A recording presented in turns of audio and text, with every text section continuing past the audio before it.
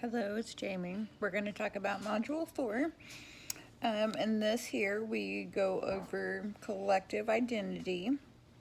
Um, it was people's sense of feeling like they belonged or they could identify with something, like a cultural symbol which reflects their attitude, beliefs, or feelings, behaviors, language, dialect.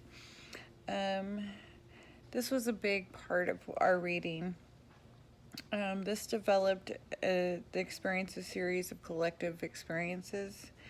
Well, where, yeah, oh my God, warfare, warfare is what I'm trying to say. Conquest, colonization, labor, immigration, um, enslavement are all part of collective experiences that lead to the formation of cultural or collective identities. Status problems are external forces that make up a group of people as distinct segment from the rest of the populations. Blacks were put into this population by the whites. Status problems are collective problems in which members of the subordinate group find difficult, if not impossible, to solve the existing system of majority.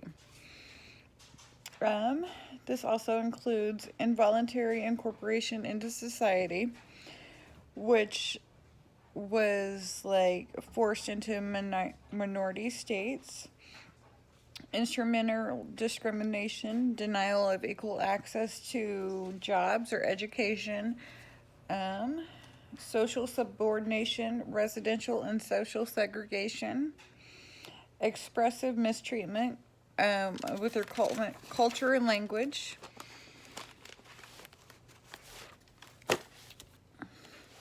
Um, for the blacks, the status problems began with slavery. They were punished for reading and writing. They had to talk the white man's language in just a certain way around people and who they spoke around and how they spoke to. For the instrumental, they were excluded by the law and the custom. They couldn't vote. They couldn't have political offices.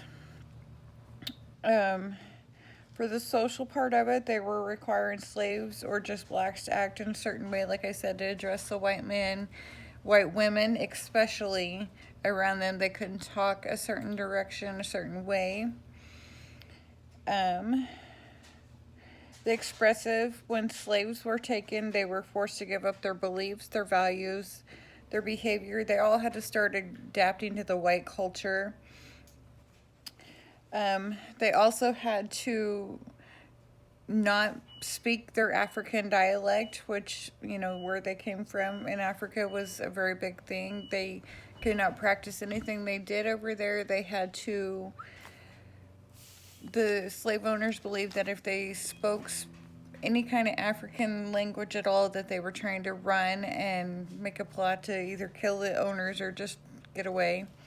So they were forced to learn English.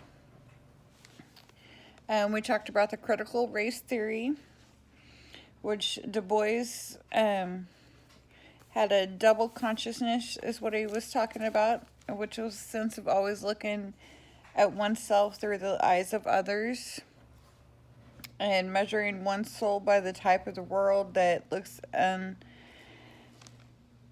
an amused contempt or pity, kind of like a double consciousness. Um, we had the schools was a very, very place that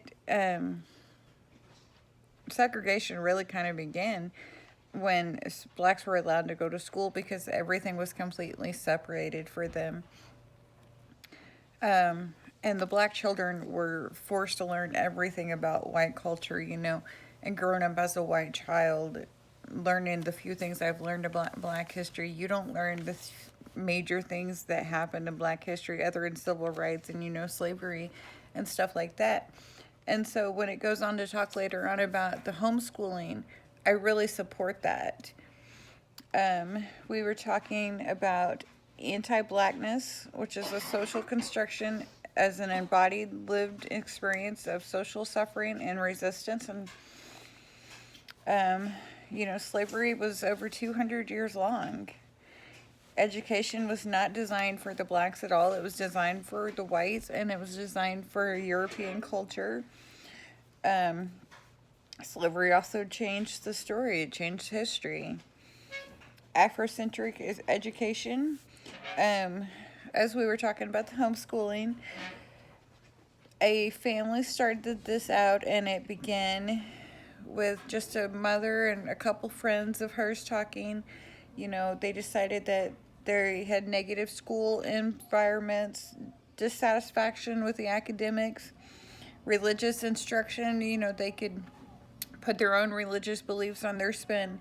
And I have quite a few friends that homeschool their children for pretty much these same beliefs.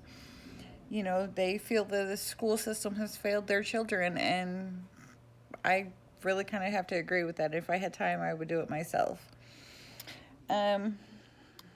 So you have, race relations is coming very far. Black males were obviously suspended more than whites during all this. And like I said, history lessons is not something that you learn, with different races. And whether you're black, white, Hispanic, or anything, you always learn about just mainly your race. But for the parents that started the homeschooling for African children, they faced many negative issues. And one of those was somebody making comments saying that you're teaching your children to reverse racism. And I completely disagree with that. I think all children need to learn the history of all cultures, not just one. Sometimes homeschooling is quite costly because the parents are paying for all their books and all their supplies and everything. There is some free lessons online.